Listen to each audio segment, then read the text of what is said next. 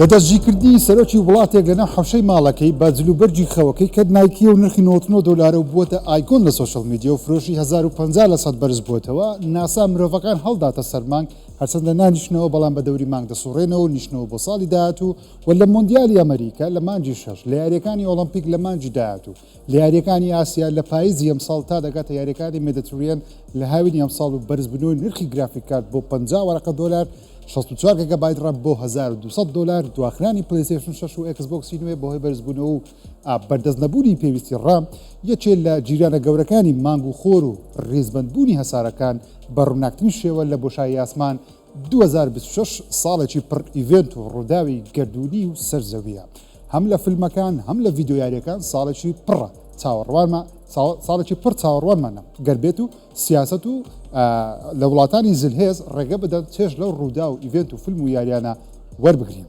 من ژیرم بەخێر بن بۆ یەکەم ئەڵقەی 24 پلاس لە 2026 بە ناوی خودداوە لەم ساڵەوە دەست پێ دەکەین. ئەم ساڵ ساڵێکی سەیر و سەرنجڕاکێش نابێت چونکە ئیڤێنتە گەورەکان چاوەڕوان کراون بەڵام شۆڕ و شۆڕەکان لە جیهان هەن چاوەڕوان نەکراون. نمونە دەستگیرکردنی سەرۆکی وڵاتێک بە کەمتر لە 3 کاتژمێر لە ماڵەکەی خۆی نەگاتە دەرگای حەوشەی ماڵەکەی لەلایەن هێزێکی دەوامەکداری ئەمریکی بە سەرکردایەتی سەرۆکی وڵاتێکی دیکە دەستپێکێکی گەورە و تند و سەرشێتانە بوو بۆ 2026 لەگەڵەوەش هێشتا هیوامان بەرزە وەزاکە باشتر بێت. لەگەڵەوەی 2026 ئیڤێنتی یەکجار زۆری زیێدایە بەڵام هیواداری ئەم ساڵ ساڵێک بێ پڕ بێ لە فیلم ڤیدیۆگەیم وەروە تەکنەلۆژیای بەهێز چونکە تاکەشت کە بەردەوام لە پێشکەوتنە و ناوەستێ هەبوونی تەکنەلۆژیە فیلمەکانە و ڤیدۆیاریەکانە. جگەلەوەش خەڵکی لە ئۆنلاین بەگشتی دەڵێن 2026 ساڵێکی پڕ ڕووداو دەبێت. هۆکارەکان ئەوەن زۆر ڕووداو لە 2025 ڕوویان داوە بەڵام لە 2026 ئاکامەکەی دەبینین. وەروەها گەڕانەوەی بەشێک لە هونەرمەندان بۆ سینەماکان کارێکی گەورە دەبێ ئەم ساڵ وەروە هەبوونی مۆندیالێکی گەورە و زەبەلاح لە ئەمریکا بە تایبەتیش هەبوونی لە ئەمریکای لاتینی و ئەمریکای باکوور کە کێشەی و مەشاکلی یەکجار گەورە ئێستا لە مابینی هەردوو کیشوەر هەیە لەوانەیە ڕووداوەکان 2026 باشتر بکەن. ئیدی چاوەڕوانی بزانین لە 2026 چ ئیڤێنتێک دەبێتە هێڵلاینی کەناڵەکان. گەیشتینە 2026 لە مانجی داهاتوو واتە مانجی دوو گەردووان نەخرێ ناسا بۆ جارێکی دیکە دەچێتەوە سەر مانگ هەرچەندە ئەم جارە نانیشێتەوە تەنیا بە دەوری مانگ دەسوڕێنەوە ساڵی داهاتوو نیشتنەوەکە دەکرێت بەڵام یەکەم جارە ناسا بە مرۆڤەوە گەشتی مانگ ئەنجام بدە.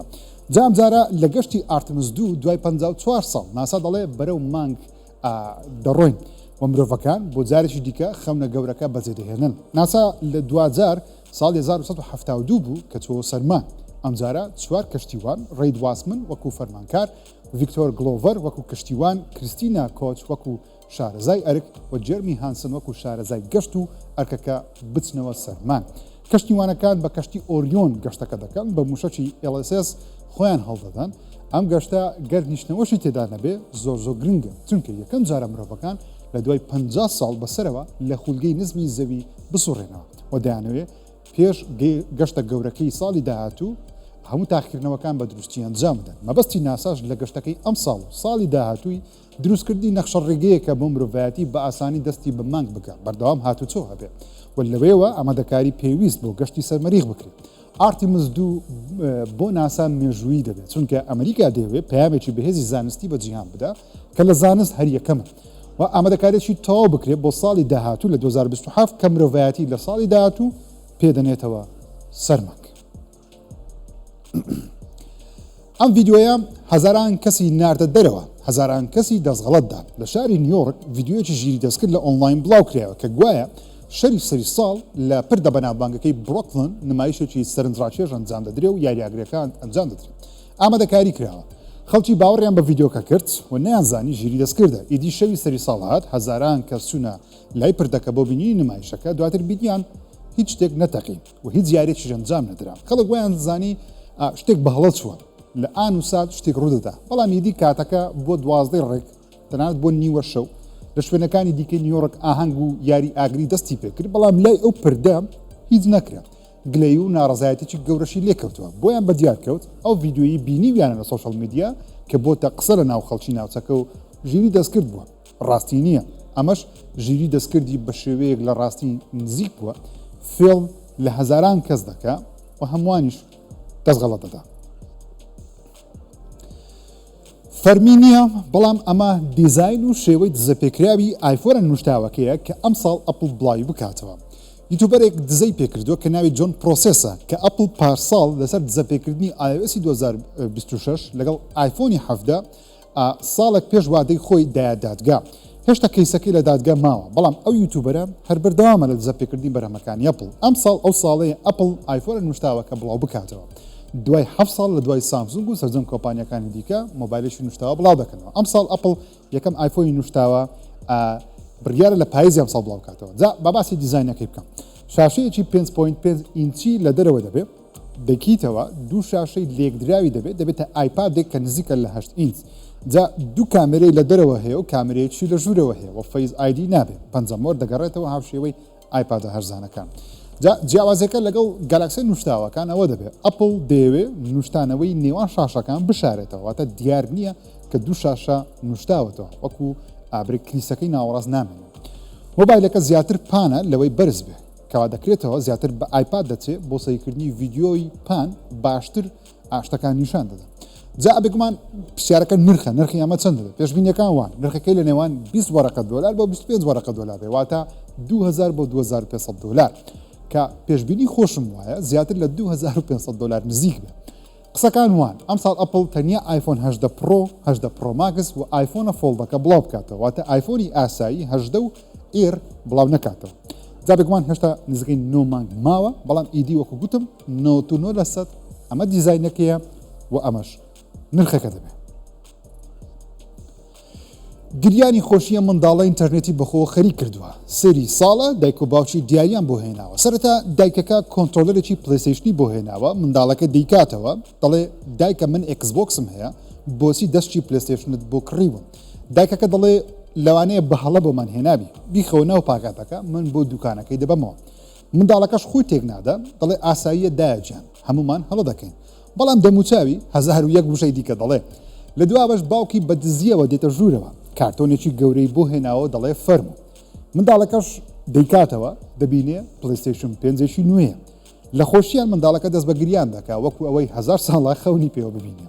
جا کاردانەوەی ئەو منداڵە لە سۆشەڵ میدیا ملیۆنان بینەری هەبوو، ملیۆنان جار لایک کرا و شەیرش کرا.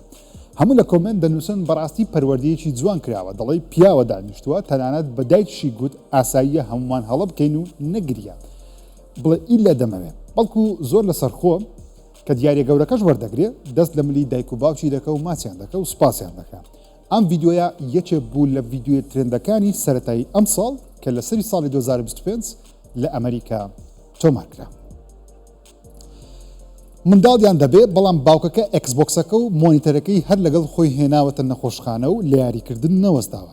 کاتێ پزیشکەکە منداڵەکەی بۆ دەهێنێ پیاوەکە هەڵدەستێ و منداڵەکەی لە باوەش دەکرێت، دواتر دەیداتەوە دەستی دایکی و بەردەوام دەبێت لە هەریکردن.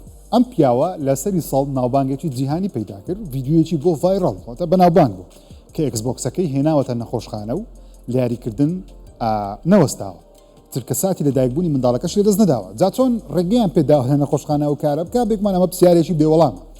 هەموو لە کۆمنت نووسیویانە مادەم خێزانەکەی ڕێگەی پێداوە بەڕاستی خێزانەکەی ئافرەتێکی ڕاستەقینەیە و نازدارە. بە پیاوەکە دەڵێن تکایە ئەو ئافرەتە نازدارە هەرگیز لەدەست دەدەین مادەم ئەو کاری لێ قبول کردووی. یەکێکی دیکە لە کۆمنت لە ئەکس بۆ ئەم پیاوە دەنووسێ و بۆ ئەم ڤیددیۆ دەنووسێ ئەمە ڕێز و خۆشەویستی ڕاستەقینەیە، گوێنە دەیتە ئەوەی چۆن دەردەچی چی دەکەی لە گرنگی چرکە ساتەکان هەر لەگەڵ یەک بن بە هەموو شێوەیەک یەکتری قبول بکەن. یەکێکی دیکە دەنووسێ بڵێن ئەمە گەیمەری ڕاستەقینەیە بەمە دەوترێ باوکی گەیمەران. یوتیوبەرێک کە تەنیا ڤیددیۆی ژیری دەستکرد بڵاو دەکاتەوە توانی بێتی زیاتر لە 4 ملیۆن و 250,000 دۆلار قازانج بکە، واتە ئەم چەناڵە یوتیوبە تەنیا ڤیددیۆی AI ژیری دەستکرد بڵاو دەکاتەوە. سەرجەم ڤیددیۆیەکانی ڕاستی نین، لەسەر کۆمپیوتەرێک دروستکراوە بێ ئەوەی یەک وێنە و ڤیددیۆی ڕاستەقینەی تێدابێت. تاوەکو ئێزاش زیاتر لە 425 دەفتەر دۆلاری قازانج کردووە. لە ناوی چەناڵی یوتیوبەکەشی باندەر ئەپنا دۆستە، یوتیوبەرێکی هیندیە بە ڤیددیۆی مەیمونە ژیری دەستکرد دەکا کە کردوێتی کارکتەرێکی هاشەوی هۆڵکۆگنی ئەمریکی ناوبانجی پەیدا کردووە. ئێستا بۆتە ملیۆنێر. واب یوتیوبەرە لە ئینستاگرامەکەی ڕێژەی پارەکەی بە سکرینشۆتێک ئاشکرا کرد دەڵێ سوپاس بۆ ژیری دەستکرد، سوپاس بۆ یوتیوب، ئێستا من ملیۆنێرم. یوتیوب دەڵێ ئێستا زیاتر لە 250% ڤیدیۆکانی 25% ڤیدیۆیەکانی ناو یوتیوب ژیری دەستکردە.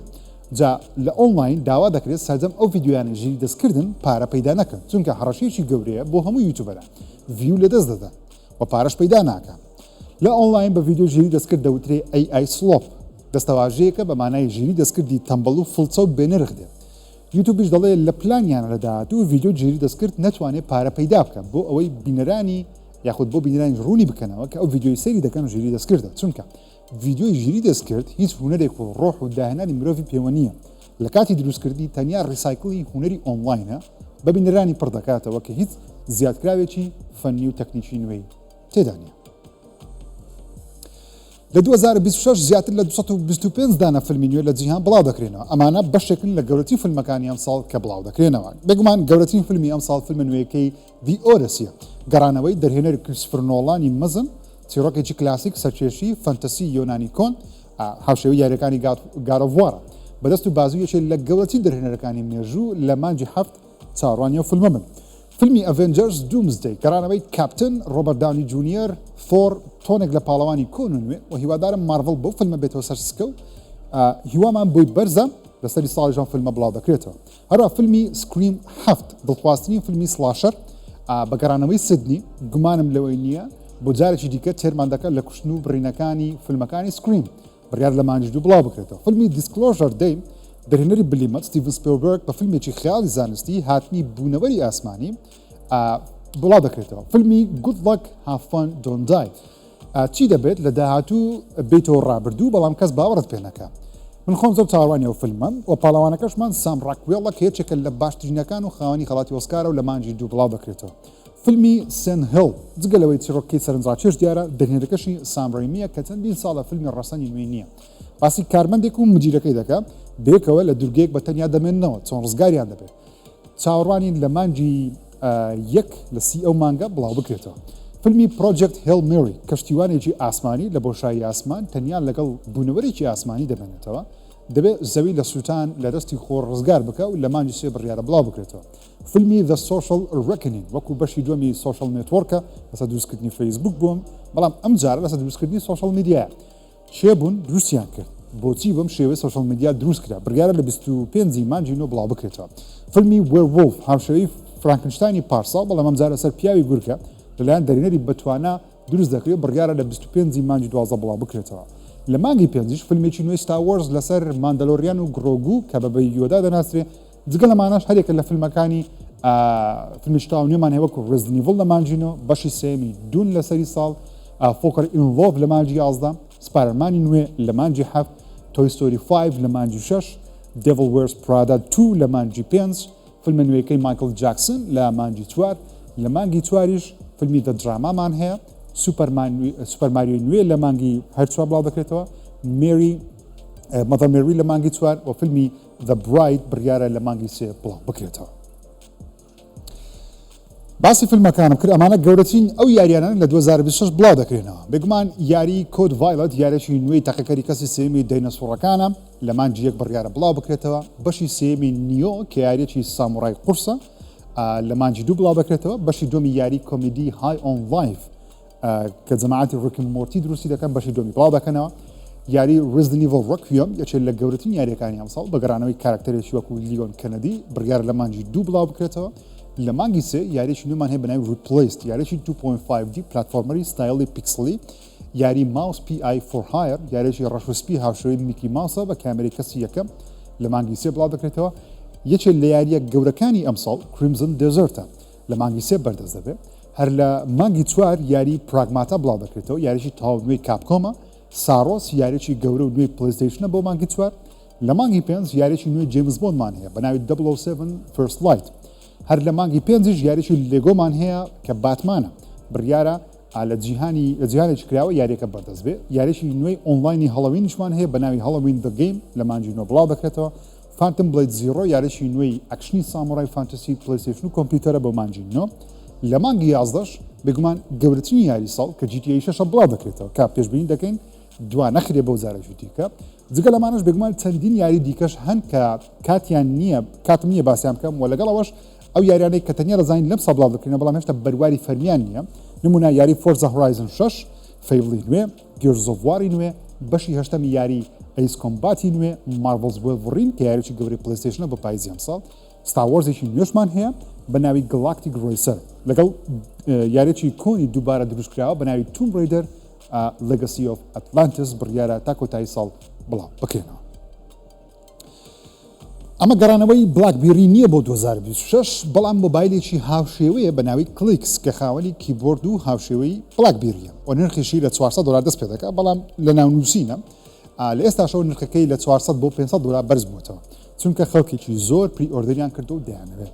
جا مۆبایلە شاشەیەکی بچووکە بەڵام کیبۆردێکی ڕاستەقینەی هەیە کە هاوشێوەی کیبۆردە کۆنەکانی بلاکبێریە دەنجی داگرتنەکەی و هەستە ڕاستەقینەکەی دێ کە خاوەنی پیت و ژمارە و سپیس و هەڵگرتن و داخستنی دوگمەیەکی تایبەتشی هەیە بۆ کردنەوەی کامێرا یاخود تۆمارکردنی دەنگ و مێمۆی دەنجی. شاشەکەی 4 ئینچە کیبۆردەکەی هەم فیزیکیە و هەم تەچە بۆ تونداگرتن و هێواش داگرتن بۆ ئەنجامدانی کاری جیاواز لە دوگمەی جیاواز لێک کاتدا پەنجەمۆری هەیە دوگمە گەورەکەشی ڕەنجی دەگۆڕدرێت بەپێی ئەو ئەپەی کە نۆتیفیکیشن و تەلەفۆنی بۆ دێت نمونە تەلەگرام واتساپ سناپ هەر یەکە و بەڕێنگێکی جیاواز لەم شوێنە بە دەردەکەون ڕووناچیان جیاوازە. شوێنی هەدفۆنی هەیە کامێرایەکی لە دواوە هەیە 5G شوێنی سیمی دەبێت ئەندرۆیدی لەسرە شوێنی مایکرۆ SD کاردی هەیە بۆ بەرزکردنەوەی ستۆرێج کامێرەی دواوەشی 50 مگاپیکسڵە و پێشەوەشی 24 مگاپیکسڵە شاشەکەی 4 ئینچی ئەمۆڵێدە و پاتریەکەی 4000 میلیەمپێری سیلیکۆن کاربۆنە کە نوێترین زۆری پاتریە لە جیهاندا بزانین ئەم مۆبایلە تاچەند سەرکەوتوو دەبێت بەهێنانەوەی کیبۆرد. ئینڤیدیا بەنیازە نرخی گرافیک کارتی 50 لە 20 وەرەقە بۆ $50 بەرز بکاتەوە لەم ساڵ هۆکارەکەشی کەمتر بەرەمێنانێتی زیاتر دەفرۆشنە کۆمپانیەکانی ژیری دەست کرد کە ئەمەش گفتوگویەکی گەورەی لە ئۆنلاین دروست کردووە لە سەرەوەی ئایا بەز نییە ژیری دەست کرد خەریکە هەموو شتێک داگیر دەکات و هەموو تەکنەلۆژیا بەخۆیەوە خەریک دەکات.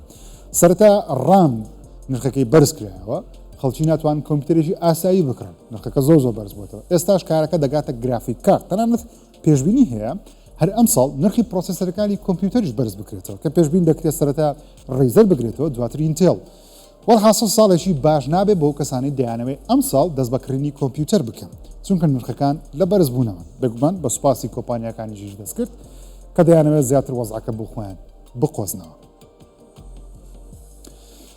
لە شەوی سەری ساڵ گەورەترین دزی لە بانکێکی گەورەی ئەڵمانیا کراوە دیوار کوم کراوە بای $35 ملیۆن هاوشەوی فیلمەکان ئاشت دزراوە.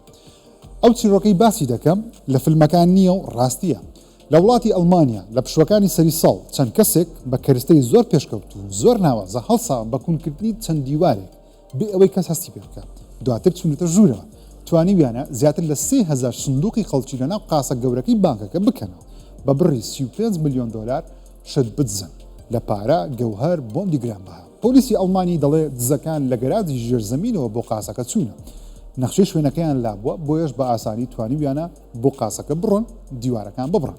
لێکۆڵینەوە بێگومان بەردەوامە پۆلیسی ئەڵمانی دەڵێ ئەو کەسانی ئەو کاریان کردووە کەسانی شارەزا بوونە لە کاتێک کارەکەیان ئەنجامداوە کەمترین ئاستی پاراستن لەو شەوە لە بانکەکە هەبووە و توانیویشانە بەسەرکەوتووی ئەوەی مەبەستیان بووە ئەنجامیدا. بڕیارە ئەم ساڵ یارێکی نوێی جۆن ویک ئاشکرا بکرێت یاریەکە تریپل ئەی واتە یاری زەبەلا هاوشێوەی یاریەکانی گاڵڤوارە لاستەڤەسە پێشتر یاری جۆن ویکمان هەبووە بەڵام لەسەر ئاستی یاری زەبەلاحمان نەبووە پێشبینیەکانوان بەرەمێنانی ئەم یاریە نزیک بێ لە 150 بۆ $250 ملیۆن هێشتا ئەو ستودیۆی کە بەرهەمی دەهێنێ ئاشکران نەکراوە بەڵام کۆمپانیای لاینزگەیت ڕاگەیاندووە کە ئەوان دەیانەوێت ئەو ستودیۆی هەڵدەبژێن پارەداری بکەن بۆ بەرەمێنانی یاریی جۆن ویک یاریەکان لە ماوەی 2 ساڵی ڕابردوو داهاتێکی زۆر زیاتریان هەبووە لە فیلمەکان بۆیش کۆمپانیەکان بە تایبەتی کۆمپانیەکانی هۆلیوود دەیانەوێت ڤیدیۆ یاریەکان بکەنە فیلمی سینەمایی بۆ ئەوی گەنجانی ئێستا بگەڕێنێتەوە سینەماکان نمونە پارساڵ تەنیا لە 2025 بەرهەمهێنانی بەرهەمێنان و بڵاوکردنەوەی یاریەکان قازانجەکەی نزیک بووە لە $320 ملیارد کەچی تەنیا هۆلیوود هەموو داهاتەکەی نەگەیشتوەتە $90 ملیارد کە تێچوەکەشان 1000 زۆرە نمونە بەرەمێنانی فیلمێک نزیکە لە بەرەمێنانی 150 بۆ $200 ملیۆن بەڵام قازانجەکەی خۆی دەکەن لە کۆتایی ڕۆژەکەی زۆربەی کات ناگاتە $100 ملیۆن بەڵام ڤیدیۆ یاریەکان وانین لەبەر ڤیدیۆ یاریەکان ئەگەر 10 ملیۆن کۆپیان لێفرۆشێ هەر کۆپیەک $70 بە $70 بفرۆشێ نزیکەی $700 ملیۆن دەگەڕێتەوە کۆمپانیا بەلایانی کەم. کۆمپانیاکانی گەیم بەردەوامن لە کۆکردنەوەی پارەیەکی خەیاڵی چونکە خەڵکێکی زۆر ئەمڕۆ پلیستیشن ئەکسبۆکس PC بەکاردێنن بۆ کۆکردنەوەیەکە. هێنانی جۆن ویک بۆ ناو جیهانی یاریەکان بەشێکی زەبەلا نمونەیەکە کە هۆڵیوود دەیەوێ IPەکانی خۆی بە گەنجانی ئێستا ئاشناکە. بڕیارە ئۆسکاری ئەمساڵ لە مانگی سێ ئەنجام بدرێت 15 سێ ڕێک بەشێکی ڕاستەخۆ لە چەناڵی هوڵو دەگوازرێتەوە ئەمساڵ کە هەر سەربەدیز نییە. بەڵام بەرواری ئاشاکردنی کاندیدەکان ئاشاکران کە بڕیارە لە 23 ئەم مانگە کاندیدەکان ئاشکرا بکرێن. ئۆسکاری ئەمساڵ دەڵێن ئۆسکارێکی جیاواز دەبێت لە چاو ساڵانی ڕابردوو هۆکارەکە ژەوەیە دایانەوە زیاتر لە سۆشەڵ میدیا وجودیان هەبێت هەر چەندە تاوەکو 2029 ئۆسکار بەشێکی ڕاستەخۆ لە سۆشەڵ میدیا ناگوازرێتەوە چکە عقدیان کردووە لەگەڵ کۆمپانیای یوتیوب یاخود کۆمپانیای گوگل لەگەڵ پلتفۆرمی یوتیوب لە ساڵی 2029 بۆ یەکەم جار ئۆسکار بەشێکی ڕاستەخۆ لە یوتیوب دەگوازرێتەوە تا ئەو کاتە تەنیا دایانەوەی لە پلتفۆرمەکانی سۆشەڵ میدیا بە تایبەتی ئینستاگرام تیکتۆک یوتیوب زیاتر بەرهەمەکان بڵاو بکەنەوە و کاندیدەکان بەشێکی ڕاستەخۆ لە شوێنانە بەردەست بخەن. ئەمساڵ بڕیارە کۆنەر یەکێک لە بەناوبانگترین بێژەرەکان و نەیدلایت شۆیەکانی ئەمریکا بۆ جارێکی دیکە بگەڕێتەوە کە دووەم ساڵێکی لەسەر یەک خەڵاتەکانی ئۆسکار پێشکەش بکات. کاندیدەکان بێگومان یەکجار زۆرن ئەکادیمیای ئۆسکار و زانست لە ئەمریکا هەڵسان بە شۆڕلیستکردنی نزیکەی 25 دانە فیلم کە ئەگەری هەیە کاندید بکرێن بۆ هەموو کەتەگۆریەکە. یەکێک لەو فیلمانەی کە ئەمساڵ ئەگەری هەیە خەڵاتێکی زۆر بەرز بێنێ فیلمی سینەرسە One Battle After Another لیۆناردۆ دیکاپیڕۆ. هیچمان نەماوە تا کۆتایی ئەم مانگە کاندیدەکان ئاشا دەکرێن ئەو بێگومان لە بەرنامە 24+ هەر هەمووتان بۆ شی دەکەمەوە. دوای 20 ساڵ ئێستا دەتوانین ناونیشانی جیمێڵەکەت بگۆڕی. جا ئێستا لە هیندستان ئەم تایبەتمەندیە بەردەستە و بڕیارە تا کۆتایی ئەمساڵ لە هەموو وڵاتەکان و هەموو لۆکیشنەکان بەردەستی بخەن. بەڵام گوگل دەڵێ تەنیا یەک جار بۆت هەیە ناونیشانی جیمێڵەکەت بگۆڕی. نمونە گەر جیمێڵەکەت بە ناوی 24+ نمونە @gmail.com تۆ دەتوانین ناوی یەکەم ناوەکەی خۆت بگۆڕیت. بەڵام چەند ڕێگایش هەیە بۆ ئەوی باشترین جیمێڵ دروست بکەیت. نمونە وا باشترەنە لە جیمێڵەکەت کەمترین ناوی خۆت یاخود ئەو پاسوەردەی بەکاری دێنی بەکاری نهێنی و ئەو جیمێڵی کە بەکاری دەهێنی بۆ نمونە بۆ ئەکاونتی فەیسبووکە ئینستاگرامە یاخود سۆشەڵ میدیا ئەو شوێنە گرنگەکانە ئەو ئیمێڵ نەدەیتە کەس واتە بەلایانی کەم دوو ئیمێڵت هەبێت. ئیمێڵێک بۆ ئەکاونتەکانت بەکاربێنە ئیمێڵێکیان کەسی بێ کاتێک دەیدێتی خەڵکی یاخود دەیدێتە خەڵکی بۆ شتت بۆ بنێن واتە ئەو ئیمێڵی کە ئەکاونتەکانی خۆتی دەدەستە وا باشتر نەیدێتە خەڵکی تەنیا خۆت بەکاری بێنە. جا جیمێل دەڵێ خەڵکێکی زۆر چەندی ساڵە داوا دەکات نزیکەی 20 ساڵە خەڵک داوا دەکات کە بتوان ناوی جیمێڵەکەیان بگۆڕن دەڵێ تا کۆتایی ئەم ساڵ لە تەواوی وڵاتەکان بەردەستی دەکەن و یەک جاریش بۆتان هەیە ناوی خۆتان بگۆڕن. خۆشەویستان 24+ پێشکەشکردن تا هەفتەی داهاتوو بەخوای گەورەتان سپێرم خوداتان لەگەڵ.